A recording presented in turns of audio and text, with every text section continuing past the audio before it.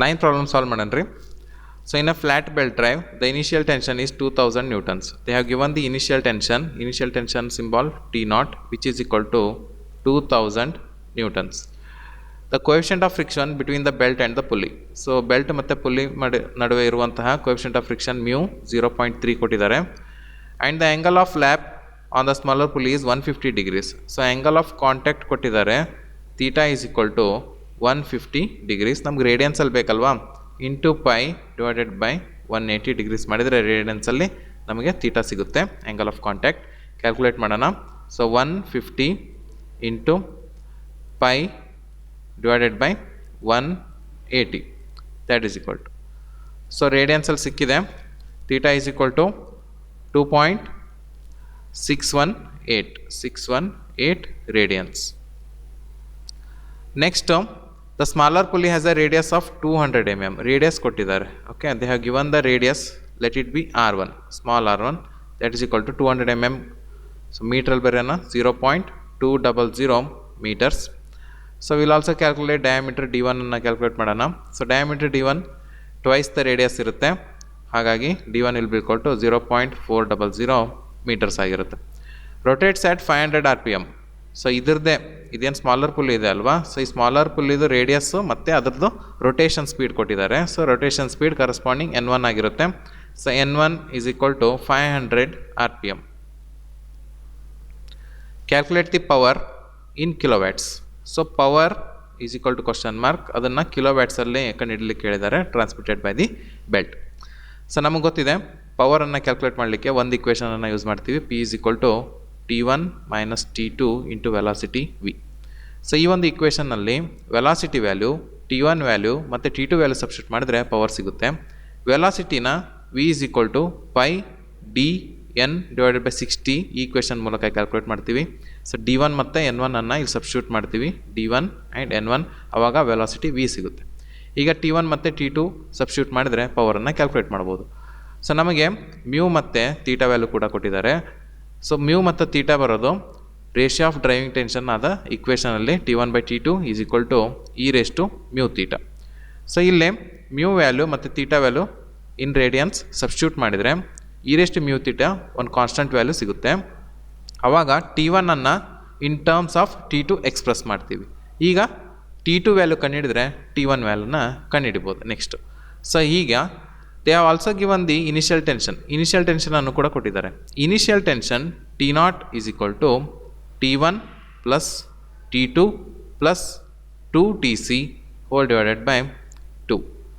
Okay, so ಇಲ್ಲಿ Tc ಅಂದರೆ centrifugal ಟೆನ್ಷನ್ನು. ಸೊ ಇಲ್ಲಿ ಮಾಸು ಅಥವಾ ಡೆನ್ಸಿಟಿ, ಓಕೆ, ಸೆಂಟ್ರಿಫ್ಯೂಗಲ್ ಟೆನ್ಷನ್ ಕಂಡುಹಿಡಲಿಕ್ಕೆ ಬೇಕಾಗಿರೋಂಥ ಯಾವುದೇ ಮಾಹಿತಿಯನ್ನು ಕೊಟ್ಟಿಲ್ಲ, ಹಾಗಾಗಿ ಇದನ್ನು ನೆಗ್ಲೆಕ್ಟ್ ಮಾಡ್ತಾ ಇದ್ದೀವಿ. This will be equal to 0. ಈಗ T0 will be equal to T1 plus T2 divided by 2 ಆಗುತ್ತೆ. ಇಲ್ಲೇ ಮೇಲೆ ಸಿಕ್ಕಿರುವಂಥ T1 in terms of T2 ಸಿಕ್ಕಿರುತ್ತೆ, ಅದನ್ನು ಸಬ್ಸ್ಟಿಟ್ಯೂಟ್ ಮಾಡಿದರೆ T0 ಕೊಟ್ಟಿದ್ದಾರೆ, ಅದನ್ನು ಸಬ್ಸ್ಟಿಟ್ಯೂಟ್ ಮಾಡಿದರೆ T2 ಕಂಡುಹಿಡಿಬೋದು. T2 ಕಂಡುಹಿಡಿದ ಮೇಲೆ ಮತ್ತೆ ಇಲ್ಲಿ ಸಬ್ಸ್ಟಿಟ್ಯೂಟ್ ಮಾಡಿದರೆ T1 ಅನ್ನು ಕಂಡುಹಿಡಿತೀವಿ. ಈಗ T1, T2 ಮತ್ತು ವೆಲಾಸಿಟಿ V ಸಬ್ಸ್ಟಿಟ್ಯೂಟ್ ಮಾಡಿದರೆ ಪವರನ್ನು ಕಂಡುಹಿಡಿತೀವಿ. ಓಕೆ, ಸೊ ಈಗ ಫಸ್ಟ್ ಸ್ಟೆಪ್ ಯಾವುದಪ್ಪ ಅಂತಂದರೆ ವೆಲಾಸಿಟಿ V ಕಂಡುಹಿಡಿಯುವಂಥದ್ದು ನಮ್ಮದು ಫಸ್ಟ್ ಸ್ಟೆಪ್ ಆಗಿರುತ್ತೆ. ನೆಕ್ಸ್ಟು T1 ಅನ್ನು ಇನ್ ಟರ್ಮ್ಸ್ ಆಫ್ T2 ಕಂಡುಹಿಡಿತೀವಿ. ಓಕೆ, ನೆಕ್ಸ್ಟ್ T2 ಈ ಥರ್ಡ್ ಸ್ಟೆಪ್ಪಲ್ಲಿ ಸಬ್ಸ್ಟಿಟ್ಯೂಟ್ ಮಾಡೋ ಮೂಲಕ ಕಂಡುಹಿಡ್ತೀವಿ.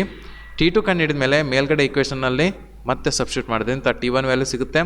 T1, T2 ಮತ್ತು ವೆಲಾಸಿಟಿ V ವ್ಯಾಲ್ಯೂಸ್ ಈ ಇಕ್ವೇಷನಲ್ಲಿ ಸಬ್ಸ್ಟಿಟ್ಯೂಟ್ ಮಾಡಿದ್ರಿಂದ ಫಿಫ್ತ್ ಸ್ಟೆಪ್ಪಲ್ಲಿ ಪವರ್ ವ್ಯಾಲ್ಯೂನ ಕಂಡುಹಿಡಿಬೋದು. ಓಕೆ, ಸೊ ಈಗ ಇದನ್ನು ಯಾವ ರೀತಿ ಸಾಲ್ವ್ ಮಾಡೋದಂತ ನೋಡೋಣ.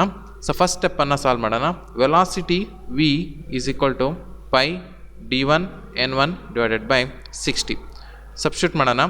Pi into diameter d1 0.4 meters into n1 500 rpm 500 divided by 60.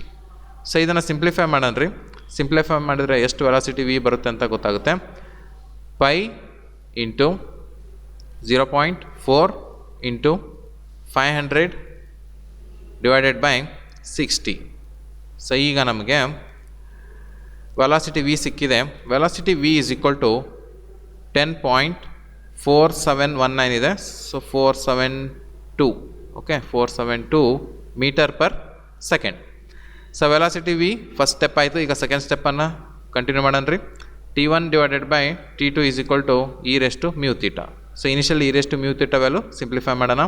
E raise to mu, so mu 0.3 ಇದೆ, 0.3 into theta value in radians 2.618. 2.618 substitute ಮಾಡಿದರೆ we are going to obtain e raise to mu theta value. Okay, shift e raise to mu theta 0.3 into 2.618 is equal to, so e raise to mu theta value ಕೂಡ ನಮಗೆ ಸಿಕ್ಕಿದೆ.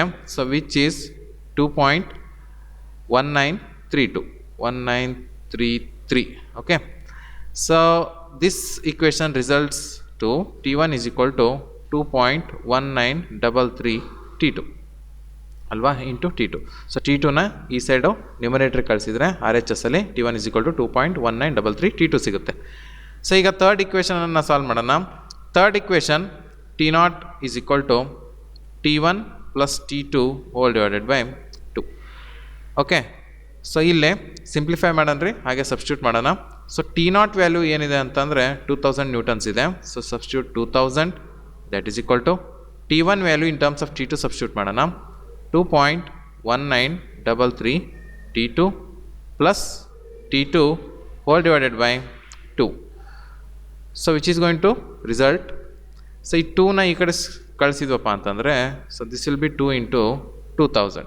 So that is equal to 2.1933 T2 plus T2 ಅಂತಂದರೆ 3.1933 T2. ಇವೆರಡನ್ನು add ಮಾಡ್ಕೋಬೋದಲ್ವಾ. So ಈಗ 4000, 2 into 2000 ಅಂದರೆ 4000 is equal to 3.1933 T2 ಸಿಕ್ಕಿದೆ. So ಇದರ ಮೂಲಕ T2 ಕ್ಯಾಲ್ಕುಲೇಟ್ ಮಾಡ್ಕೋಬೋದು. T2 is equal to 4000 divided by 3.1933. Correct ರೀ. ಸೊ ಇದನ್ನು ಡಿನಾಮಿನೇಟ್ರ್ ಕಳಿಸಿದ್ವಿ, ಇದನ್ನು ಸಬ್ಸ್ಟಿಟ್ಯೂಟ್ ಮಾಡೋಣ ಕ್ಯಾಲ್ಕುಲೇಟ್ರಲ್ಲಿ. So 4000 divided by 3.1933 is equal to, so ಈಗ ನಮಗೆ T2 ವ್ಯಾಲ್ಯೂ ಸಿಕ್ಕಿದೆ. T2 is equal to 1252.623 newtons, 623 newtons ಸಿಕ್ಕಿದೆ. ಸೊ T2 ಸಿಕ್ಕ ಮೇಲೆ ಫೋರ್ತ್ ಸ್ಟೆಪ್ಪನ್ನು ಕ್ಯಾರಿ ಔಟ್ ಮಾಡೋಣ. ಈಗ ಫೋರ್ತ್ ಸ್ಟೆಪ್ ಪ್ರಕಾರ T1 ಈಸ್ ಈಕ್ವಲ್ ಟು ಈ ಒಂದು equation, this will be the fourth step. T1 is equal to 2.1933 T2. So that is equal to 2.1933 into T2 value substitute ಮಾಡ್ತಿದ್ದೀನಿ, 1252.623. Okay, 2.1933 into 1252.623 is equal to, so ಈಗ ಇಲ್ಲೇ ಸಿಕ್ಕಿರುವಂತಹ T1 value ಏನಾಗಿದೆ ಅಂದರೆ 2747.378 ಇದೆ. So can write 378 newtons. So ಈಗ T1 value ಸಿಕ್ಕಿದೆ, T2 value ಸಿಕ್ಕಿದೆ, ಹಾಗೆ ವೆಲಾಸಿಟಿ ವಿನೂ ಕಂಡು ಹಿಡಿದಿದ್ದೀವಿ. ಈಗ ಪವರನ್ನು ಕ್ಯಾಲ್ಕುಲೇಟ್ ಮಾಡೋಣ. So power P is equal to T1 minus T2 into velocity V. ಈಗ ಸಬ್ಸ್ಟಿಟ್ಯೂಟ್ ಮಾಡೋಣ ರೀ. ಸೊ T1 ವ್ಯಾಲ್ಯೂ ನಮ್ಗೆ ಸಿಕ್ಕಿರೋದು 2747.378 minus T2 value 1252.623 into velocity V value 10.472. So ಈಗ ಇದನ್ನು ಕ್ಯಾಲ್ಕುಲೇಟ್ ಮಾಡೋಣ. 2 ಬ್ರ್ಯಾಕೆಟಲ್ಲಿ 2747.378 minus 1252.623 bracket close into 10.472. So ನಮಗೆ ಪವರ್ ವ್ಯಾಲ್ಯೂ ಸಿಕ್ಕಿದೆ. The power value is equal to 15,653.07 ಇದೆ. ಓಕೆ, 07 ಇದರ ಯೂನಿಟ್ಟು ವ್ಯಾಟ್ಸ್ ಆಗಿರುತ್ತೆ. ಕ್ವಶನಲ್ಲಿ ಕಿಲೋ ವ್ಯಾಟ್ಸಲ್ಲಿ ಕಂಡುಹಿಡಿಯೋಕ್ಕೆ ಕೇಳಿದ್ದಾರೆ. Power transmitted by the belt in kilo watts P is equal to divide by 1000 ಮಾಡಿ. So 15.65307 kilowatts. So this is the solution for the given problem.